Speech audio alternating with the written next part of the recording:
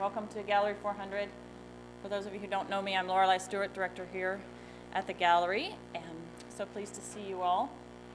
Gallery 400 is doing a lot of things this month, so I'll just tell you about a couple of them. We opened our show with Steve Ranke last week. If you haven't been to see it, please come and see it. You may want to come multiple times because there are several hours worth of video in the exhibition, all well worth your time.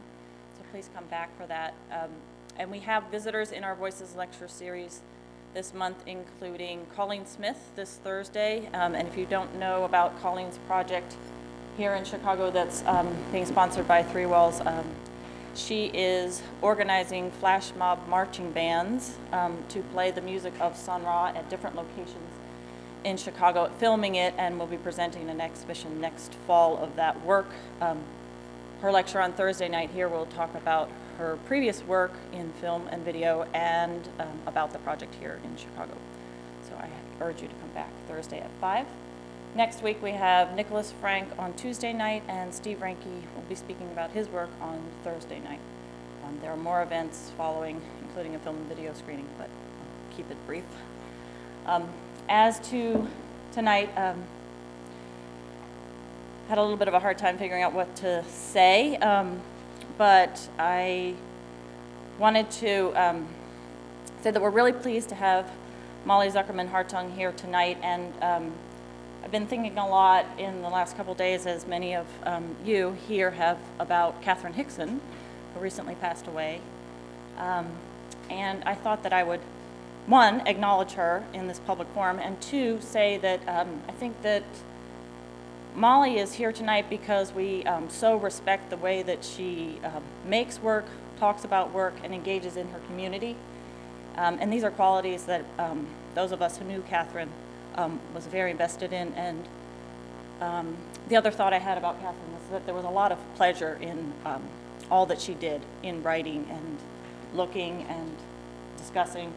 And I think the same is true of Molly. I had the pleasure of serving on a critique at Northwestern with her, and was just so excited about the kind of dialogue that she brought up. And interestingly enough, tonight feels like a convergence of Catherine's legacy, Molly's work, and her own life, and this class that Julia Fish is teaching, which I also wanted to acknowledge. Julia's class is here, which involves being an artist and what it means to be an artist. So I just wanted to use that as a way to talk about why we invite artists like Molly here. So I'll give you some kind of brief biographical information, but I'll let Molly talk about her work, as I'm sure she will do very eloquently. So Molly was educated here in Chicago, got her MFA from the School of the Art Institute, born and raised in Washington State, and went to Evergreen State College in Olympia. She has exhibited in Chicago, New York, Frankfurt, Germany, and is a co-founder of Julius Caesar Gallery here in Chicago, where she currently has a show that's up through November 28th. She also is in a group show at the Exhibition Agency, which is on Milwaukee Avenue. That show runs through December 4th. Molly is represented by Rowley Kennerk Gallery. Rowley's here tonight. So we're very pleased to have Molly here, and so pleased that she'll be back tomorrow to visit with our graduate students. So please help me give Molly a warm welcome. Thank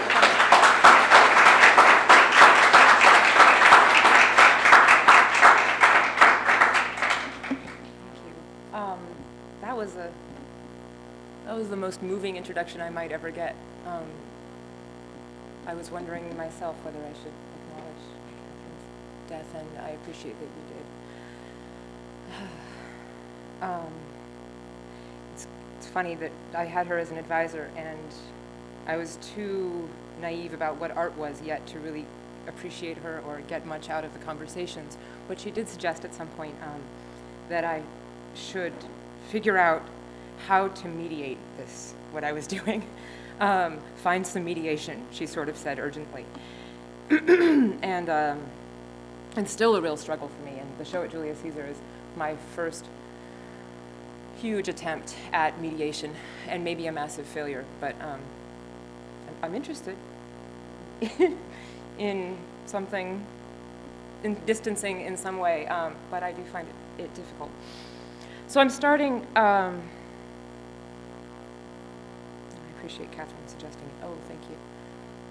It's not that I want to be invisible, but I'm really sort of saddened by the way that JPEGs look on screens, and the color is sort of one of the more exciting parts of my paintings, and it's pretty much destroyed by JPEG representation, so at least we can have some darkness and attempt to see what they look like. Okay, what does a woman want? Sigmund Freud. I'm starting with a question about women by a man, sort of legendary question. So I studied, I'm just going to read just for a moment just to get this first part right. I studied French language, literature, and philosophy at the Evergreen State College in the 1990s. I was reading postmodern discourse and critiques of capitalism. I hated capitalism. I was trying to figure out a way to take it down. Sort of naively, I was a riot girl. I was punk to the core, and super naive, super idealistic, and didn't yet understand how terribly implicated I was in the system that I was against. But I frequently came upon the word desire, and I knew that it was intimately, in my readings of post-structuralist, name a French writer of the 20th century, they use the word desire all the time, and I knew that it was intimately entangled with capitalism, which I hated. But I was thinking so hard, and I had such a meager understanding of history or myself, that I often didn't know what the word desire meant. The object of desire was completely outside my grasp. So, sort of a question to frame my talk. This is a very recent, in the last 6 months, painting. I'm just going to start with a few recent ones, and then we'll delve into some sort of terrible early work. Terribly exciting, terribly. So this is a painting that I've made in the last 6 months using a sort of operation that I first used a couple of years ago, where I cut, this painting is not too large, not good with measurements. I cut the center out, I cut a rectangular shape out of the center and turned it 180 degrees so that it was opposite what it was, and then laid canvas and glued the piece back on, laid canvas on the back to glue it back in. And so it's just an inversion, and it was a way I was trying to figure out how to not engage figure ground, how to think about what it means to think about homogeneity inside of homogeneity, a kind of internal critique. How do you even engage with something? How do you present or find difference in a kind of homogeny? And so I was thinking about that in terms of capitalism, and I was thinking about that in terms of queerness as well. How to produce difference out of sameness. So, and the reason it's blown out, that's silver spray paint. And there's graphite sort of rubbed into the whole thing. This is another recent painting. It's burlap, sort of screwed onto, also in the same size, screwed onto a wooden stretchers painted black. This is paper pulp, enamel, spray paint, and the Polaroids are photographs that I took with the Polaroid camera, but I found the camera with film in it, and the film wasn't functional. So they're images of something, but that's not available information. This is a piece that it's a collaboration piece with my partner, Dana DiGiulio, and we just made it a few weeks ago for the opening of our show at the Riverside Art Gallery in Riverside, which is also up, actually, at the moment. Somebody suggested I was carpet bombing Chicago. So there we go. There's a chain, a very large, about 50-pound chain that we found in our studio building by the dumpster. And both of us sort of eyed it and got excited about it, and then eventually I dragged it into my studio. And it's hung out in my studio, it got photographed in my studio. And we really wanted to use it in the backyard at Riverside Gallery. The idea, Dana actually came up with the idea for the balloons, to hang these balloons. And the piece is called Wild Horses, because we were on our way to the opening, and Wild Horses is what I put on the CD that I really wanted to hear over and over by the Rolling Stones. Couldn't drag us away. They sort of bob gently. They're not so wild. And then interestingly, my students, former students, Dana's and my former students, Betsy O'Brien and Chris Hunt, who are hardcore supporters and critics of us in the best way, both decided that they wanted to wear this sculpture, which it just kind of blew my mind, and I think I'll be thinking about it for a long time. Thinking about issues of hierarchy and power structures and what kind of stakes or burdens one takes on with one's teachers. And I know that for myself, arriving in Chicago and the teachers that I've had, they're massive burdens for me in the best way. They're provocations and foils and challenges and idols and mentors and caregivers. There's a kind of alternate family that happens in the art world that I think is really pretty moving. But also just like, why did you want to wear that? Like, I don't know. This is a recent drawing that I made. It's just photographed on my Italian art book. And they're drawings of penises, not very good renderings of penises. Some of them, there's one that really looks like it's, yeah, this one is sort of puzzling in terms of its location. Yeah, so thinking about the canon, thinking about the burden of history. I sort of started off by talking about coming out of punk rock, and I'm trying to go relatively faster than I'm going so far. But I came from the West Coast, I came from the land of hippies, I came from DIY. I didn't have an understanding of history, partially because there isn't as much history on the West Coast. It's a lot of, it's a lot of different things on the West Coast, but, I was raised by a single mother for a long time. She was, she eats rabbit food, how do you even describe coming to Chicago and the bricks and the tradition and the canon and the history and the kind of excitement, the feeling that, that meaning could actually be produced within history, and that I could be part of something that stretches back to cave paintings, is still blowing my mind. And I think it's sort of one of the major dialectics that I have, I think, is that I was born such an outsider, rebel, angry attacker, but I'm really, really interested in the idea of belonging to something. So these drawings, God, I'm saying too much. Okay, they're from gay porn magazines, and they're sort of really sad magazines from the 1980s that I found that they felt sad to me. Mostly black and white images, kind of like mugshots, but mugshots of crotches, for before the internet, to try to find a lover or a partner or a quick lay or whatever. There would be this system, magazines, along with many other systems that were more underground.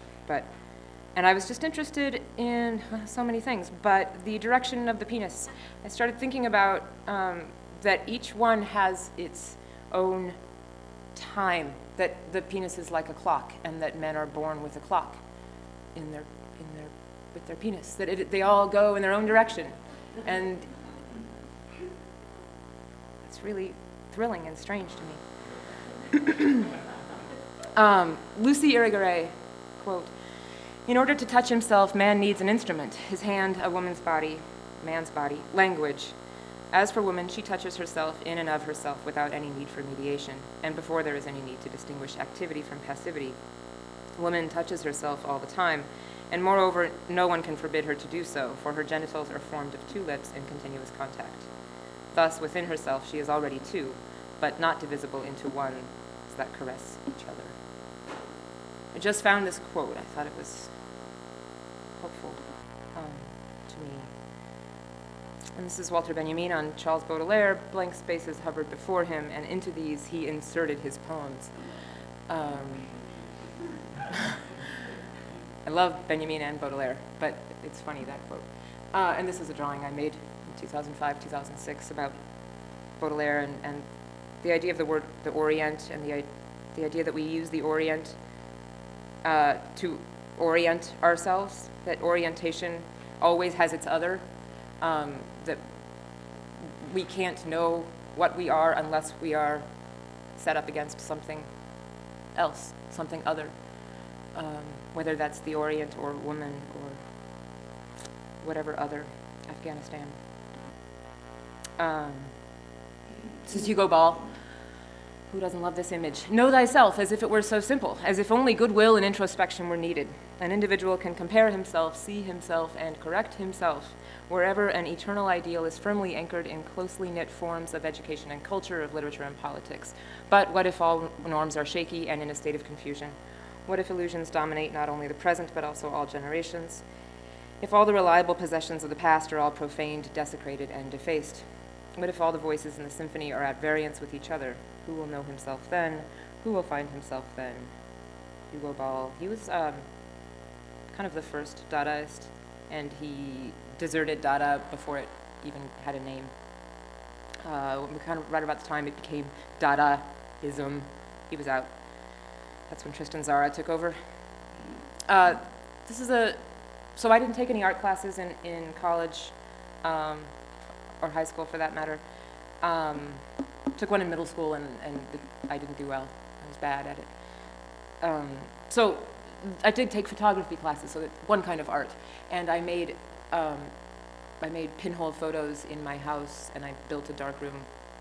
No enlarger, just pinhole paper negatives and printed directly. So this is about this big. So I made a lot of different ones, but it's a self-portrait. There I am, in my bedroom. The painting on the left is the second painting I ever made.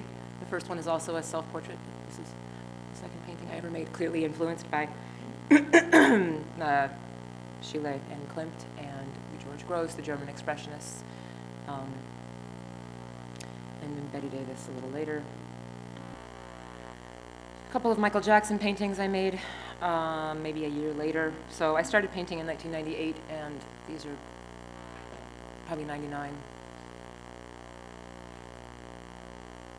This one's on found cardboard, and this frame actually just came with the cardboard.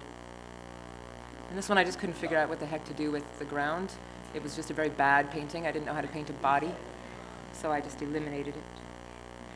I think it's pretty obvious why I would be interested in Michael Jackson, but I guess I can say sort of hybridity, gender complexity, racial complexity.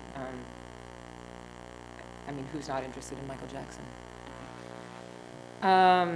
Ladyfest is, so in the year 2000, I mentioned I was a riot girl. In the year 2000, a lot of sort of former riot girls got back together, and we put together this festival called Ladyfest, and these are the hands that I designed for the logo.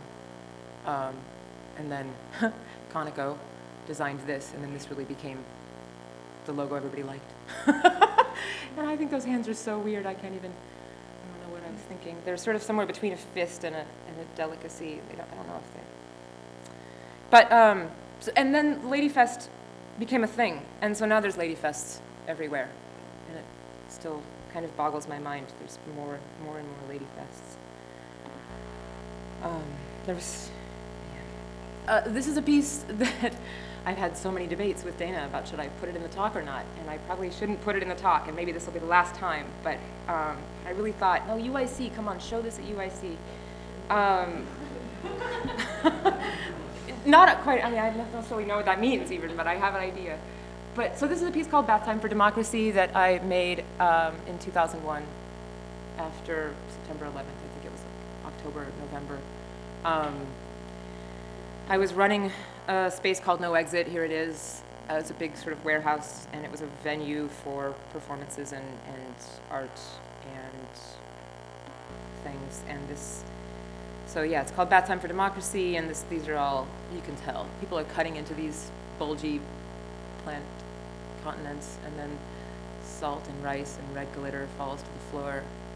Spectacle. And if you bothered to follow the trail of fake blood footprints to the bathroom, I was Death of Mahat in the bathtub. I had a large martyr complex. I was a bartender at the time, and I was cleaning up after people all the time. I think it was, and I have some confusion. This is a this is a painting I made in post-bac. So then I got myself into graduate school. I got myself into the post-bac program at the School of the Art Institute, which was this sort of huge, how old was I? 2004, what was I, 29? I had traveled around Europe over and over, lived in France, lived in Gibraltar, worked in 6 bookstores over a period of 9 years, bartended, ran this venue, Lady Fest, et cetera, et cetera. And I wanted to stop sort of having to apologize for myself and calling myself a bum and figure out something to do. And I'd been painting for a while, and I decided that I would try to get into graduate school for painting. And so came to the School of the Art Institute, and they asked me, are you being ironic, or is this outsider art? Which made me cry a lot, and then I got over it. And I decided to come to school here, so I'm in the post-bac program. So here I am in the post-bac program. And this is a painting, sort of a large piece of canvas, maybe a little bit smaller than it is depicted here, that I just tacked up in my studio and that I just kind of made notes on for a while. So a lot of self-portraits. I was looking at a lot of trees. I was really excited by the deciduous trees in the Midwest, because we mostly have coniferous trees, conifers in the Northwest. So you could actually see all these bony branches, and they were very exciting. And I was thinking about Aura and Benjamin, and taking a lot of modernism classes. And then I made a drawing of Betty Davis with 6 fingers looking at me. People always think she looks like Courtney Love, but that's actually me. And Sophia Loren and Susan Sontag. So just thinking about these sort of conversations, these dialogues, an issue of influence or identity, how we build an identity, what is an identity or what is subjectivity. It's another post-bac painting, found fabric, and I was really overwhelmed, and it's only going to get worse for a little while until it gets better. And so I was speaking Frond. It's a painting I made of Kathy Acker in Russia. She has an essay about being in Russia, sitting in a hotel room. And so basically the idea, this is a Kathy Acker quote, the idea is that democracy doesn't work, communism doesn't work, all these fucking models aren't working, we've got to find some new models, a model of what society should look like. We don't know what humans are like. And the ground is not economics. It's not like people do everything they do for economic reasons. You've got to look at the imagination. You've got to look at sex. We have no way of describing these things using the language we have. Kathy Acker. So I just was trying to think about what thinking looks like, what thinkers look like.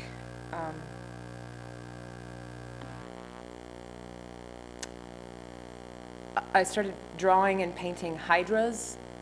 A monster, a female monster with many, many heads, and when you cut one of her heads off, she grows another head, and a couple more heads, and so people use it as a metaphor. They call problems hydra-headed problems, and I felt an identification with the idea of being a hydra-headed problem. This is I think a Fra Lippo-Lippi, right? Lippo-Lippi, yes? Fra Lippo-Lippi, that's what we think. It's been a long time since I made this drawing. So I cut all the heads out and put them on one body. And then I made this, these are just drawings of people I saw in a cafe. And, well, this drawing here is small. This one's about 6 feet long by 3 feet high. And the shadow that I cast on them while I was drawing them, I drew with marker. This is the painting of the Hydra. And a lot of the issue of the Hydra had to do, too, with just rendering representation and my sort of deep feeling, and still my deep feeling, that it's not an issue of technique or skill. It's an issue of what you know and how what you know makes you depict in certain ways, and what you're able to know and what your body is capable of knowing.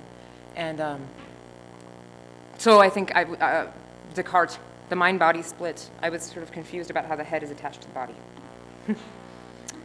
This is a painting for John Curran. It's my Dear John letter.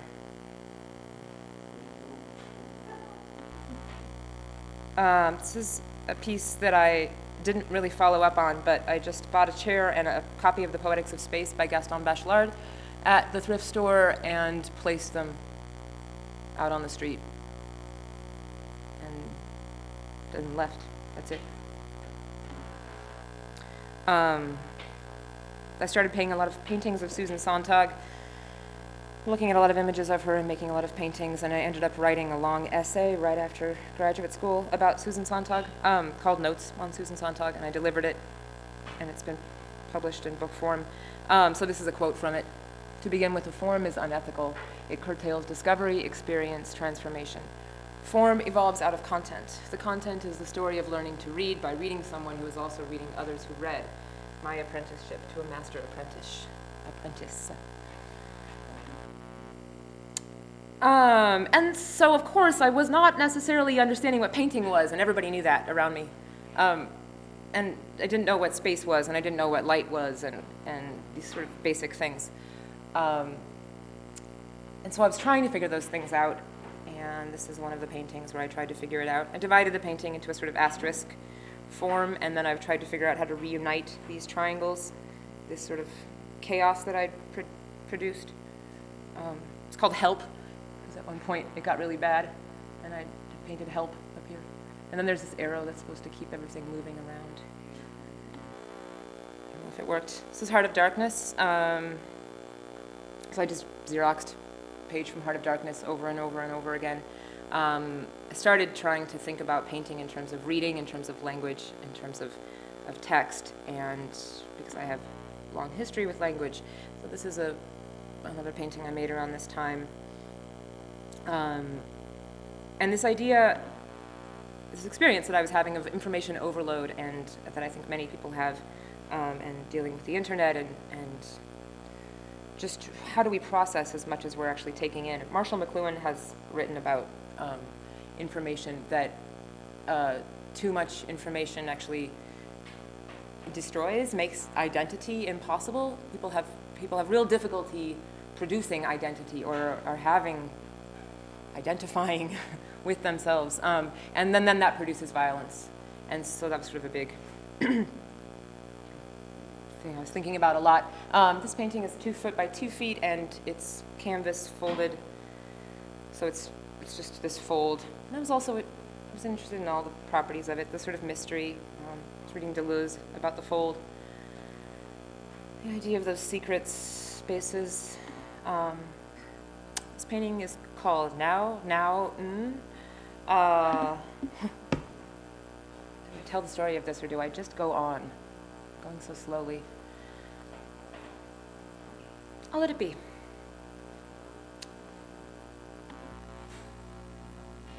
This is called I'm With the Band. It's about 8 feet long, and there's so it's 2 paintings, a diptych, and this intersection where they meet. I'm telling you what you're seeing. Stop doing that. I made a gradient on this painting, and then I built a channel, and then I poured the color into it. And Michelle Grabner had been in my studio and suggested that I take all these text paintings that I was making and stop thinking of them as stripes and think of them as a band. And so I sort of moved from reading in the book and on the page to thinking about information and the internet and bandwidth.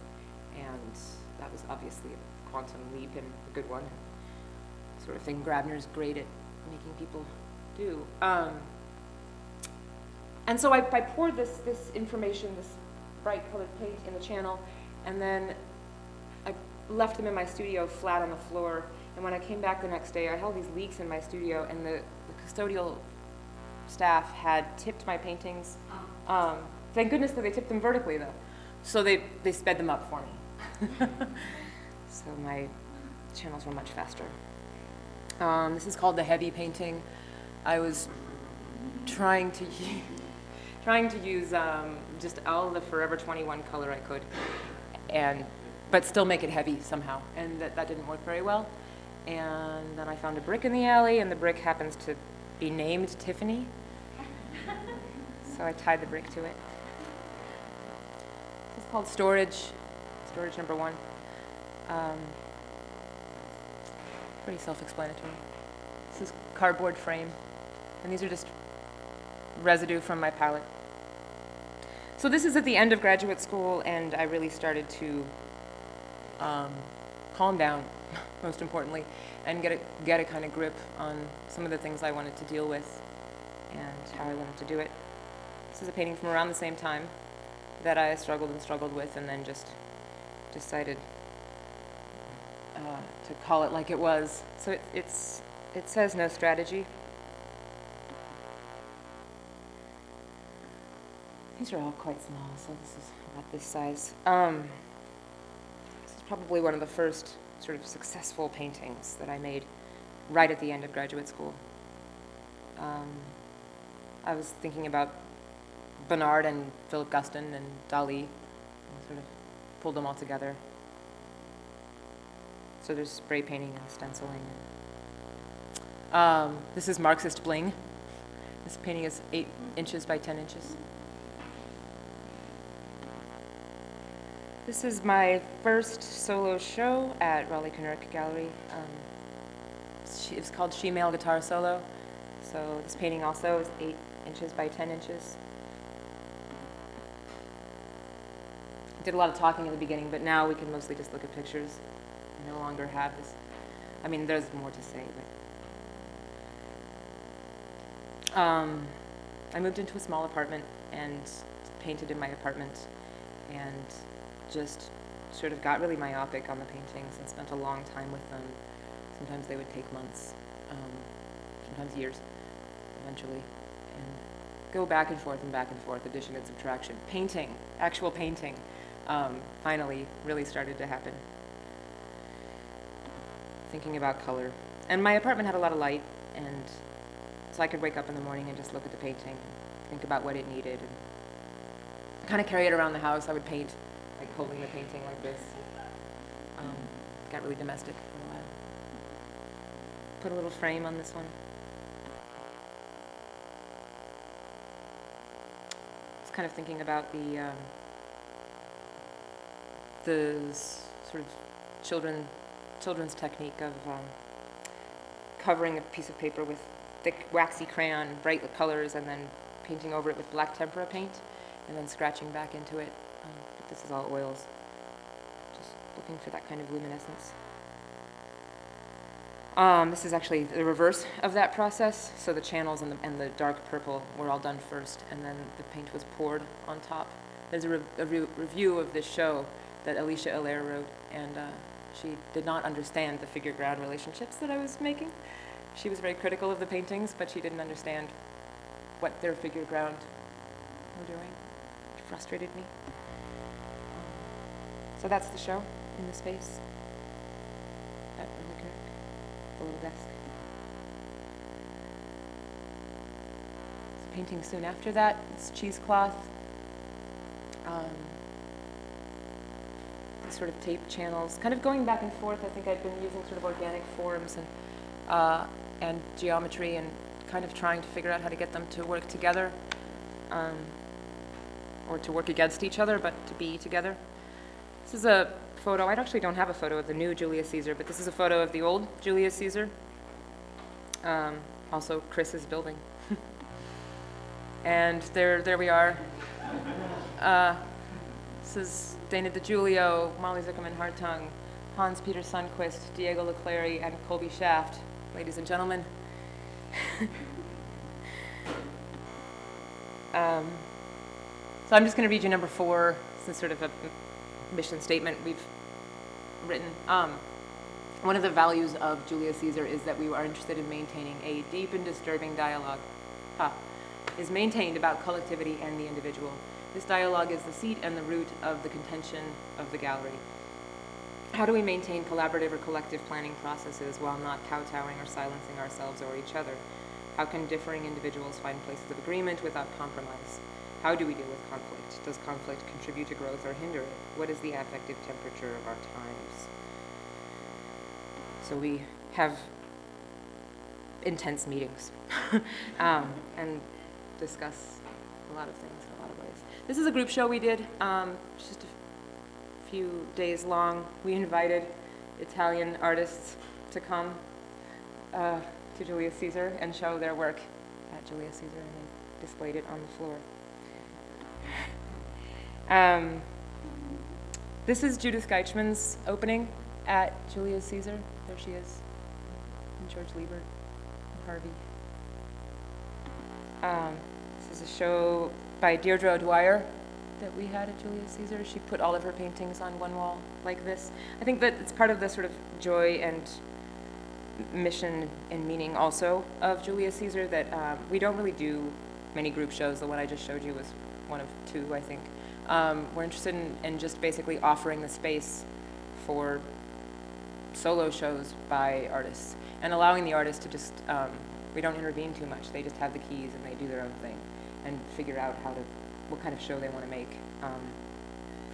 which can just be a really helpful sort of, I don't know, it's helpful in making your own work and in figuring out your process. To have to present it without somebody helping you edit sometimes. This is my first show at Julius Caesar. It's called Screwing or Sticking, from Macbeth. Lady Macbeth said, "Screw your courage to the sticking place and we shall not fail." Did I get it? I always get it wrong, but basically that's the quote. I played Lady Macbeth in the 5th grade, and so I have had this quote in my head for a really long time, and I didn't understand it at the time, and I still I have my doubts. But the words screwing or sticking have always stuck in my head, and the idea that you have to screw your courage to a sticking place doesn't really make any sense to me. It's two different kinds of adhesion.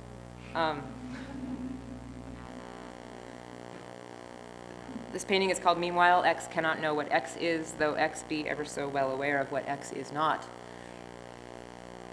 It's very small, 8 by 10, so the paintings were really small for quite some time. And it's that same sort of operation that I talked about earlier, with the cutout rectangle turned this one as well. Same idea. It was kind of a way to rescue a failed painting, too, which I felt like really disgusted with this painting and wanted it to redeem itself, which is sort of a problem with all of my paintings, is that they have to redeem themselves somehow. They just get put on the shelves and they wait, but I don't really throw them out or give up on them. This is called sternitatory, which is an agent which causes sneezing. This is called mooch. Oh, really? Okay. Good.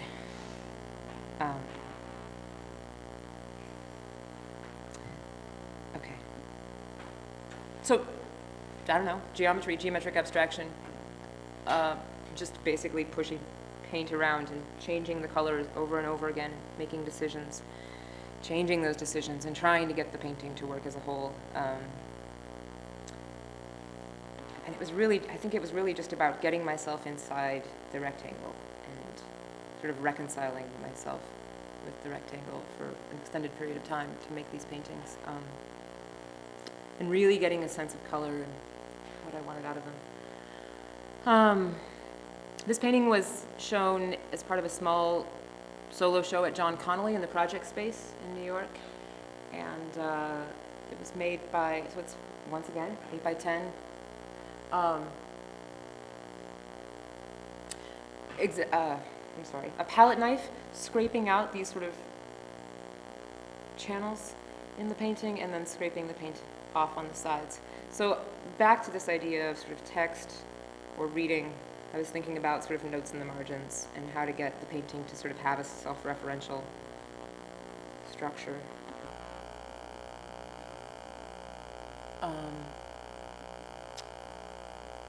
representational painting, sort of.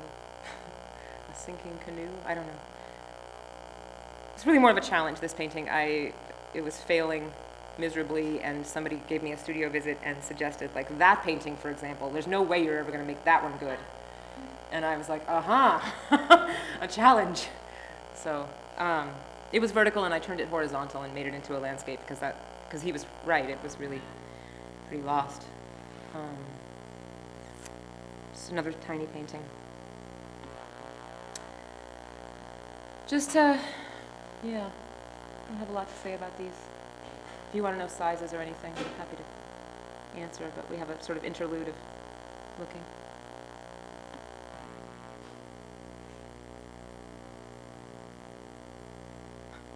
I guess I was thinking of trying to critique Thomas Arts.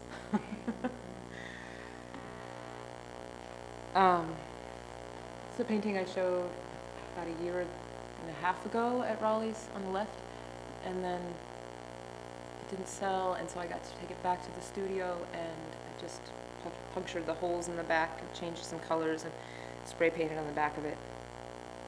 Kind of like the idea of being able to do something else to it.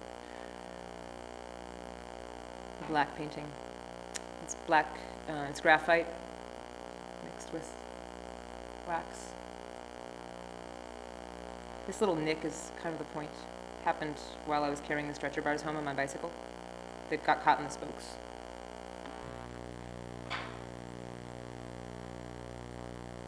Another small painting.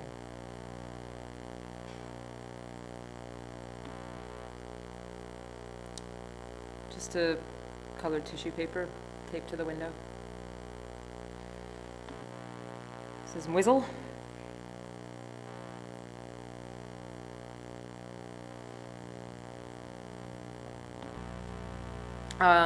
Did a project last year, right? What is the year on it? What is it to? June? Anyway, it's about oh, there it is, June 7th through 28th, 2009. With Dana DiGiulio, Aline Cottis, Kaylee Ray Wyant, Judith Geichman, and Yumi Che. The six of us got together and did a project at Julius Caesar called Still Wet, and basically we painted, we each had a color, we had to draw, we had to draw names, draw colors out of a hat. Everybody had a color. It was plus minus, so the first person that goes paints, and the second person that goes has white and has to subtract. And it was basically just, we wanted to challenge ourselves to deal with an entire room and what happens. And it was closer to graffiti maybe than painting, but there were a lot of great moments, and just the kind of expansion that it caused, I think for all of us, was really exciting. And as soon as you were done, you would have to call the next person on the list and say, all right, you go, it's still wet.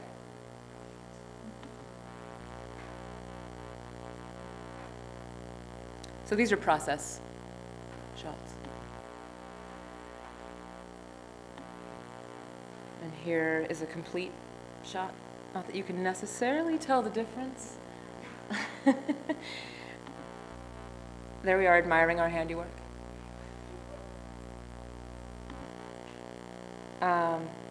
This is another small painting, maybe a little bit more like 9 by 12 possibly. It's on found fabric. There's some camo print. This one's called Washington. You can see its side there, it's sort of damaged.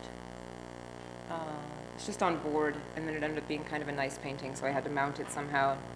Mounted it in this manner. I thought it, yeah. So this painting was in a show in Frankfurt at Jacky Strenz Gallery, a group show called Rettet die Alten Kirchen Nappenberg, which has something to do with cherry trees. I never remember. And there's another painting of mine in the back room. I never got to see this show, so I guess I have a sort of feeling about it. This painting is called Flaudelfraus. It's spray painted shapes that I then painted over, so they kind of floating feeling. I like to give, I guess there was a period there where I was giving paintings German names, but not real German. Flottelfraus, I don't know what that is, and Schilly Strinken. I like to make up German words. I can speak French, but I don't really understand German at all, and I like the way it sounds. This is a painting that's completely gone, but I really hated it at the time. Sort of thought it was shameful. It's kind of one of my few attempts to go large at this point, like this, and just stretched on the wall. But I actually think it's kind of nice now. Kind of lilting, like the drawing. I was still sort of really focused on compression and trying to get everything to really kind of cram in there, and the idea of this kind of expansiveness was just sort of terrifying to me. More diamonds. Diamonds are kind of like triangles. This is on found fabric too. This is the proletariat painting. It's just a note card in calc. So I started using these sort of industrial materials more.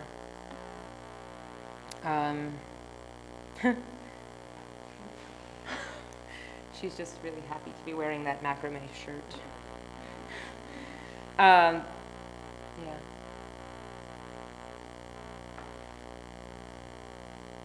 This is maybe 12 by 16. I think the majority of the paintings we're looking at right around now are in the 12 by 16, 12 by 18 range.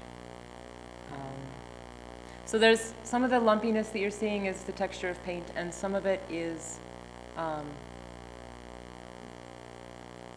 not lace, but sort of like eyelet, like that very sort of delicate white eyelet fabric. And these are tape marks. And then there's graphite rubbed in for that kind of silvery glow. And the graphite doesn't, where the spray paint is, the graphite doesn't hit. And I had it wrapped for a while with rope, so that's what you're seeing is the ghost of the rope.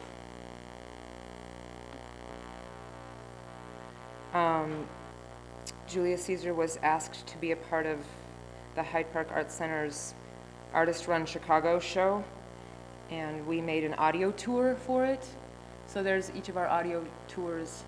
But we decided that we couldn't afford those things, those wands that they have for audio tours, and we didn't want people stealing our CD players. So we had to make encumbrances for them so that they could be burdened enough so that nobody would steal the technology. And so this is Colby's on the floor of this suitcase, very nice. Going on a little journey. And yeah, there's all the others. And this one's mine, it's a necklace of smiles. And my idea was that, and my piece was called Everyone. So I went online and I tried to find the names of everyone in Chicago's art world, which of course isn't really everyone because it's only people who are listed by institutions. And I just named them all in my piece. And so the idea was that you would be listening to all these people's names, but then you're at this social event where you might see those people, and you could not have to worry about putting on a happy face for anybody. That you could just be in your own little headphone world. And I put King Lear on the chain. This is myself at Joshua Tree. Photo credit to Dina DiGiulio. And Richard Vorty. I'm into this photo because I'm really into this photo of Richard Vorty, and I thought that this maybe this is my equivalent. I like the sort of joyful irony with which he sits there, and I like that I look like a black hole. That there's just no differentiation. And so, more importantly, Richard Vorty has an idea about private irony and public hope. The ironist has radical and continuing doubts about the final language, words like truth, beauty, and meaning that she uses because she has been impressed by other vocabularies taken as final, by people or books she has encountered. And so the idea is that one can be ironic privately, but that one still somehow tries to enter the public domain hopeful. For political change or social change. This is a show that ran simultaneously to Still Wet. So Still Wet took place at Julius Caesar inside the gallery, and I cleaned out the hallway outside the gallery for my show, which was called Fuck Nice. So clearly I was having a lot of conversations with myself about the social at this time.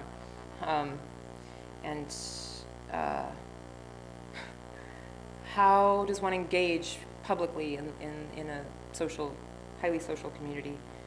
What kind of face does one put on? And so I like the sort of ambivalence of Fuck Nice, this idea that one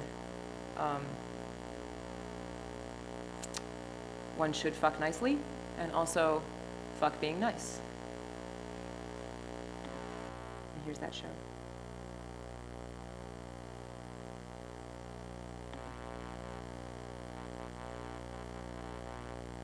And I was just very excited to be able to make a show that was kind of in a liminal space, in a space between spaces.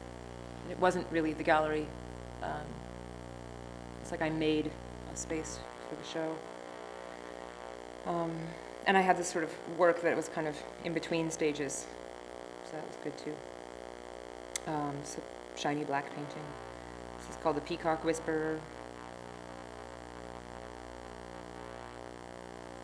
Tile grout and stones for detail. I just like this photo.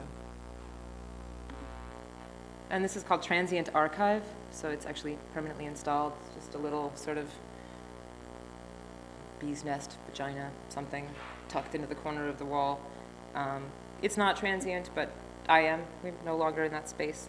And all of these rocks, I've just been collecting rocks for a long time from lots of different places. So these are from the Amalfi Coast in Italy, where my mother was living for 5 years, and some from a mystical rock store in Los Angeles, and others from Pacific beaches in Washington State. And they're all just embedded in tile grout. Recently, see, we're almost to the present. I know I'm going slowly, but we're moving right along. I just had a show well, it wasn't just, it was the spring, at Rowley Kennerk Gallery called The Laziest Girl in Town, which I took from a 1960s Playboy magazine, but which is originally from this song sung by Marlene Dietrich, and there's some lyrics from it. She does a really great performance. You can find it on YouTube.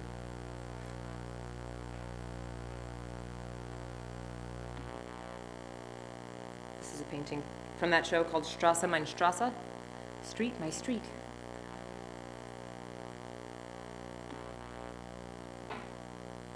This is called Kimono Rat. It's got a little piece of wood up here that gives it its name. Right up here. Kind of looks like a furry rodent. And this is caulk and silver spray paint and black spray paint. And some silver leaf as well. This painting is called Negredo, after a certain phase in alchemy, the black phase, when everything goes black and the personality is burnt off. This is all scrapings from my palette and paper pulp and enamel. And this is a little slide box.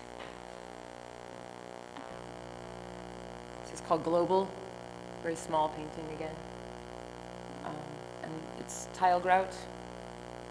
And it was a completed painting, sort of geometric painting with the black and the colors, or dark blue actually. And then I put the tile grout on top and gridded it out,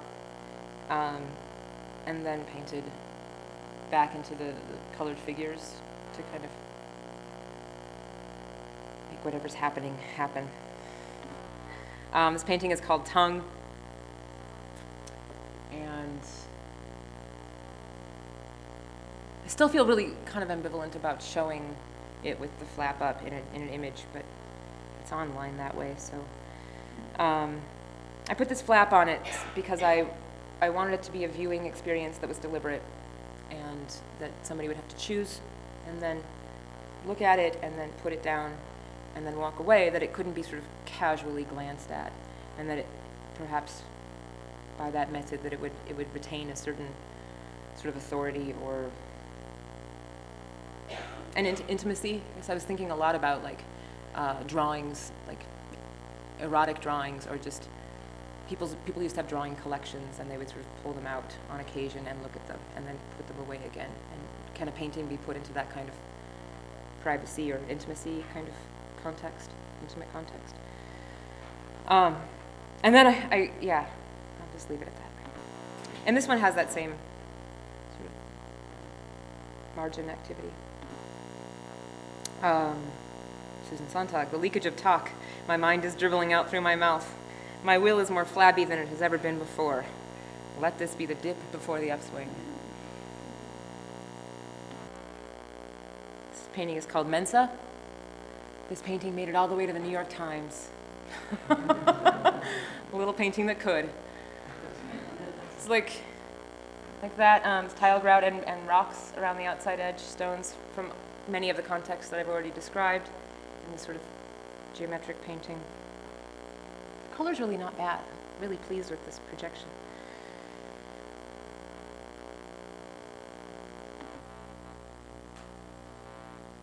This is my studio door. Elfriede Jelinek. From the woman we see nothing. We look into her, but we see the nothing. We look at the nothing that has to represent itself because no one else does. This painting is called 9 o'clock, and you all know why.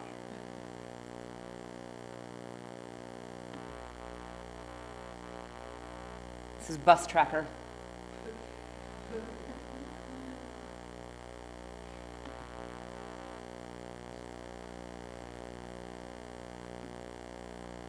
There's a little photo down here of a woman standing in a circle. It's kind of the giveaway for the painting. I don't know. You're not supposed to just appreciate the colors, etc. You're supposed to see the... Stop.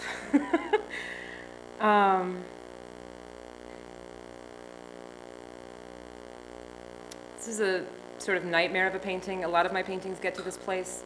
This sort of catastrophic, there is no solution. It's just ruined, but I still sort of like them and hold on to them. And recently, Michelle Grabner asked me to be in the show with, it was her show, and it was called I Speak Now from the Aesthetic and Artistic Point of View when I say that life with Michelle Grabner is dull. And Katarina Gross and myself and Philip van der Heijden and Brad Killam were all suspended from these mobiles, and she was also suspended. Her paintings were also suspended from these mobiles. So I sent these 5 paintings to New York that were just so beat, just like terrible little nightmare paintings. It just makes me confused and chuckle. Like, why are you sending those to New York City? But I like to show all my really good paintings in Chicago because I actually get to talk about them and be proud of them here. So this is Fernando Pessoa. So what does a woman want? This is what I want. To live a dispassionate and cultured life in the open air of ideas, reading, dreaming, and thinking of writing. A life so slow it constantly verges on tedium, but pondered enough never to find itself there. To live this life far from emotions and thought, living it only in the thought of motions and in the emotions of thoughts. To goldenly stagnate in the sun like a murky pond surrounded by flowers. To possess in the shade that nobility of spirit that makes no demands on life.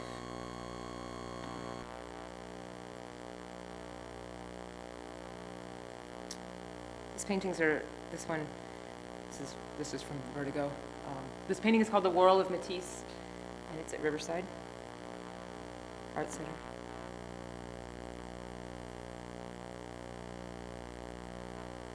It's 4 paintings glued together with cardboard and caulk and some greatest hits of materials. I've seen this one before. It's another one of those rectangles. This one's called Going into Space. I have never subjected myself to an idea with staying power, one never turned up. One should love an idea like a woman, be overjoyed to get back to it, and one always has it inside oneself, and always looks for it in everything outside. I never formed such ideas. This painting is called Torque. It's the back of a leather jacket so you can get a sense of scale.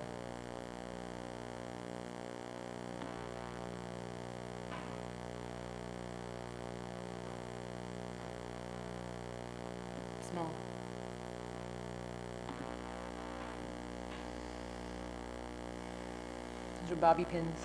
It's clear. Tile grout. Terrible color. This is burlap. This is larger.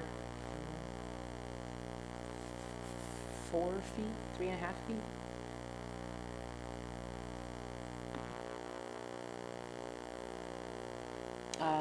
Maybe this painting might just be stuck being Stevie Nicks.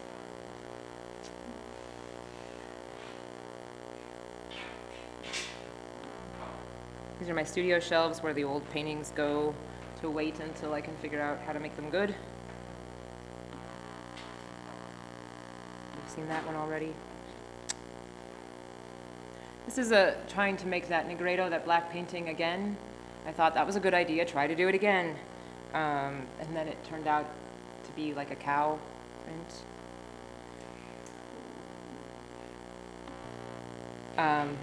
This is a tool that I made that I thought, somebody asked me in an interview, John McKinnon asked me about process, or how do you make the paintings? Tell me about your process. And I said that there's just process, it's process painting. And he was like, your process is not like other people's. And I still don't really know, I'm still not very good at describing the actual material process. I feel like I go somewhere. But so this is this tool. This is a tool that I made. I don't use this tool, but I think it's a good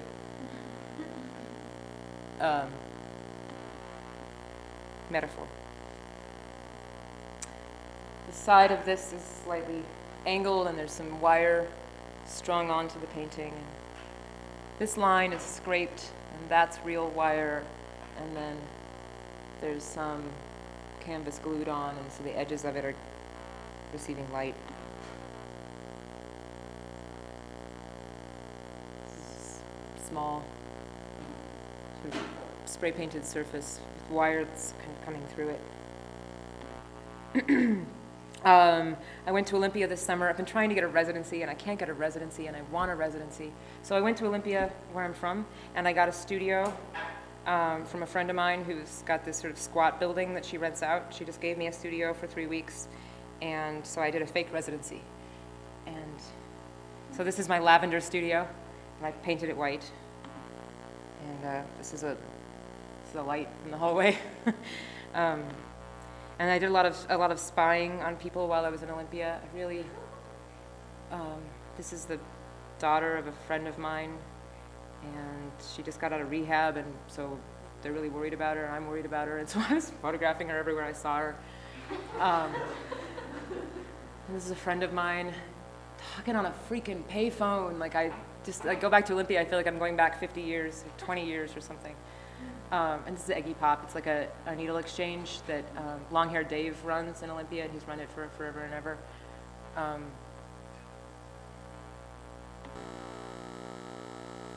We're going to skip that because we're running out of time. These are some more Hydra drawings I've made recently. That's Dana wearing these pants that I got for $1 from the Needle Exchange's dollar bin. And I used them in some paintings, and Dana wore them dancing. But here's the paintings.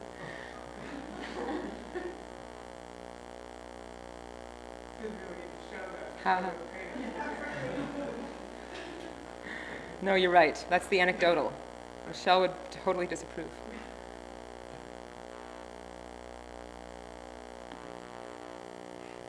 This one's called Sunken Sleep.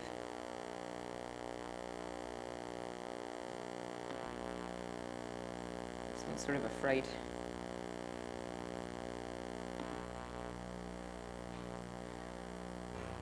This is paint peeled off from the studio, so there's where some of the paint was peeling in the studio. And feathers from the gulls down the street. This is no longer in existence. There was a lot about this painting, but when I cut this organic form out, and I painted the back with acrylic, and it wasn't dry yet, and it turned itself into a triangle, which I just thought was lovely, because I paint so many triangles and think about triangles all the time, and that I would cut an organic form and that it would become a triangle. It's just too good to be true. It's a drop cloth that has a whole lot of coats of acrylic paint on it, or latex paint, and then it's cut apart into strips and then woven and then spray painted and then removed and then rewoven in a new pattern. Kind of Ellsworth Kelly-ish technique. And some gravel and some enamel. These are the good ones and I'm rushing through them. Haha, I always do that. This is guitar. It's two paintings that I decided to put together.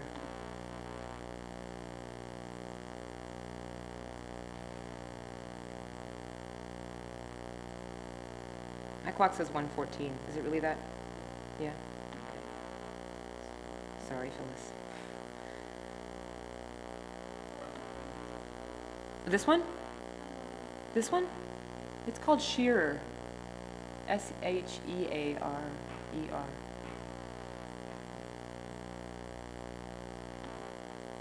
Don't have a title for this one. This one is called The Truculent Temper of Lions.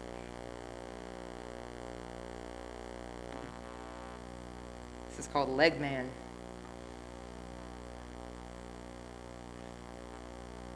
The color is better than that, but I can't figure out how to get the color to work on JPEG. This is the Bauhaus chakra chart.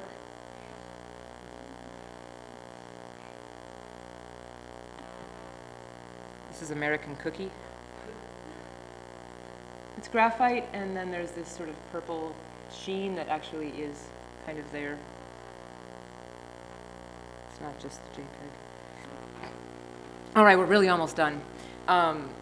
This is an image from this most recent show. It's not actually in the show, it's the announcement for the show, but I took about 500 photos of my studio recently. I alluded to this at the beginning. I'm trying to figure out how to get some mediation, just to think in some new ways. And so 500 photos, and I was just basically using the David Hockney technique, although I'm more, what's the word? I walk more than he does. He's better at standing still. So mine are more fragmented. But, you know, collaging the images. So I took about 520 or so JPEGs, and I just had them all printed out at Helix Camera. And then I just worked with them in my studio on big pieces of paper and big pieces of cloth just on the floor of the studio. Sort of had this kind of mise en abîme experience. And also, during the process of doing that, I started painting lids. And a friend of mine said, oh, it's a scry, and so here's scries. So here's some of them. Scrying is a practice of divination. One can scry in clouds, or smoke, or water, or a crystal ball. Practice of divination, clearly similar to abstract painting. And I was thinking about divination in a very material sense, that all the information that you need to know about the future that you have right now in the present. It's just a question of being able to look at it. So this is the show at Julius Caesar. I built these tables, found these pallets in the alley, and stacked them on these bricks. And the photos, I have the photos framed. I took these photos with my laptop, so it was very confusing. If you're wondering why the angles are so bizarre. There's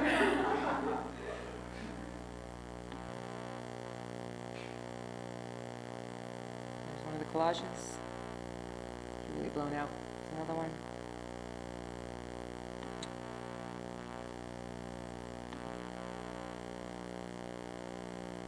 So that's the photo of the process of the photos. And here we go. That's it. It's the most recent painting. Kind of a low note for an end.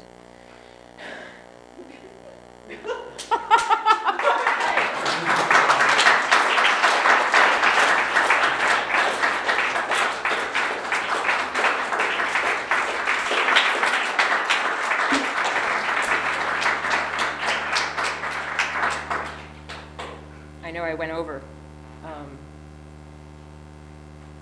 Do we have time for questions even? A question? I don't know if there's any questions. You're welcome to not ask any questions. I'm still wondering what you mean by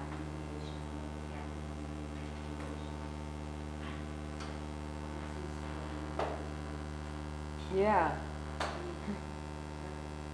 I feel like I'd like to know what it would mean to be objective. I'd like to be able to make a documentary. I'd like to be able to engage in my work and publicly in a way that feels like it's objective. I'd like to not always be so emotional. I don't know.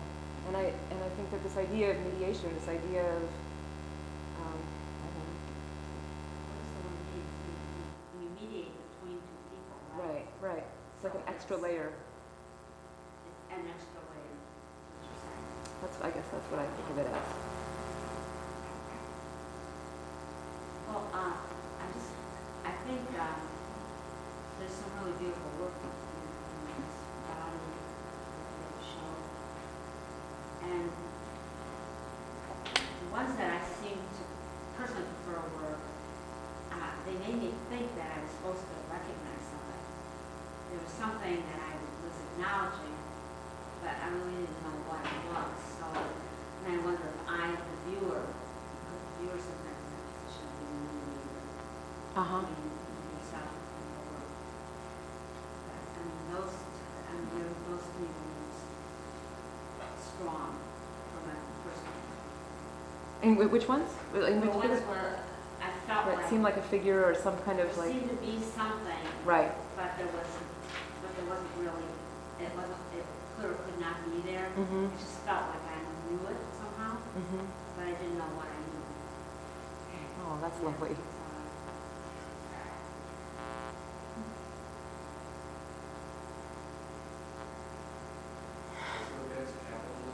What's that?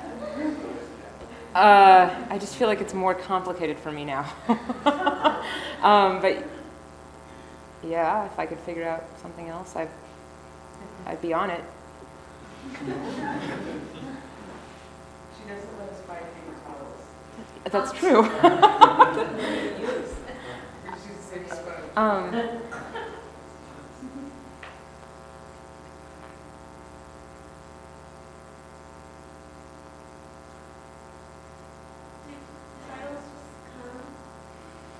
I just had a blitzkrieg recently of titles. Like I feel like I'm finally getting.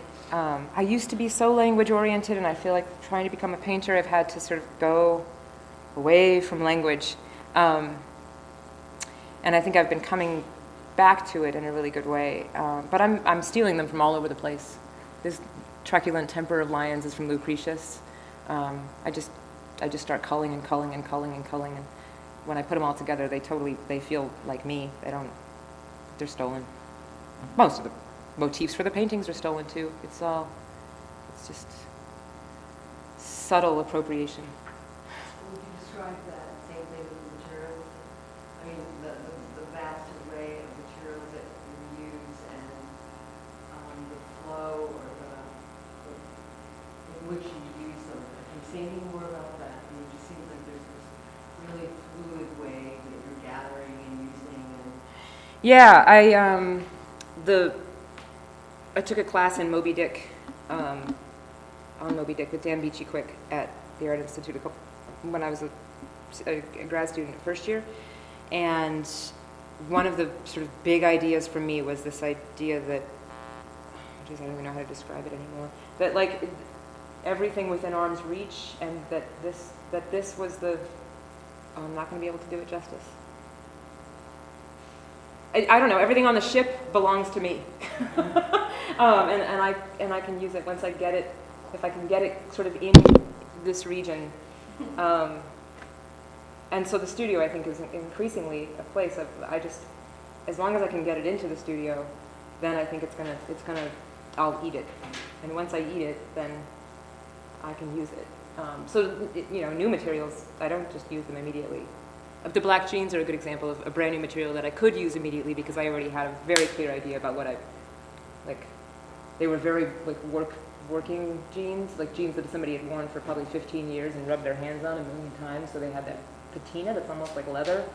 And I know that patina, and I'm very interested in black leather and the patina of black leather, and just that, I know that material. So I found the jeans and I thought, yes. But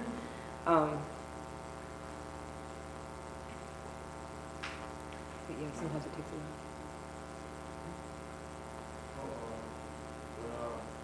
I guess during the process, what were you thinking?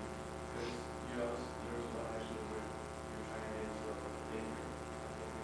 Oh, right, the Kathy Acker painting. Yeah, there's a lot of What were these. you thinking for all of those? Is that how you? You're like asking the question that I don't know how to answer. Yeah, I mean, I guess the reason that the talk has to be so bulky at the beginning, and I have to talk and talk and talk and talk, is to try to explain to you sort of what the... I go into the studio, and I tend to be kind of stupid, and like I'm slow and kind of dopey in the studio, and sort of like, oh, look at this, like it's kind of fun, and sometimes nauseating for a long period of time, but not very intellectual. But I spend a lot of time reading at home. And sometimes I bring books into the studio and do a lot of reading, and I've done a lot of reading over the years, and I guess I just hope that the thinking that I'm doing somehow gets in through some process that I'm not quite grasping, how to make more apparent, which is maybe why I think about things like mediation. How do you make that apparent? How do you figure out how you think? How do you... And all the objects, I feel like, have the language of my thinking in them, but God, I'd love to be able to put my finger on it, you know. It's a question of saying, though, isn't it? It's a question of language. Yeah, I'd like to be able to put it into How language. would you say it? Right. I mean, there's thinking, it's this kind of physical material praxis thinking, I guess.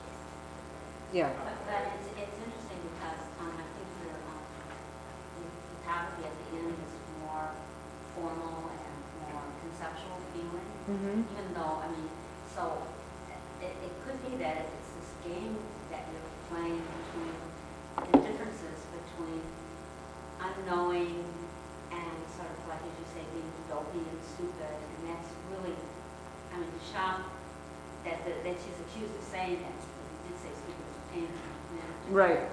But, and then this idea of the reading, and then when the critique and the teaching, and so Right, it's like there's so many they're- thinking yeah, activities going on. But I mean, Right. they're really in different spaces, and that's just a kind of an interesting situation. I don't know what, I mean, maybe those photographs are sort of in the middle, Mhm. you know, but I mean, Yeah, they might be in a weird middle. yeah, and so that tension between, you know, your studio practice and then your thinking practice that's an interesting shift, because oftentimes when people are conceptualizing, that makes the work much more formal and less painful. Right. It just comes with the territory.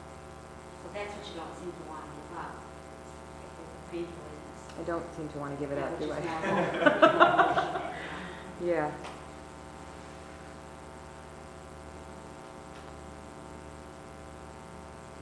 We good?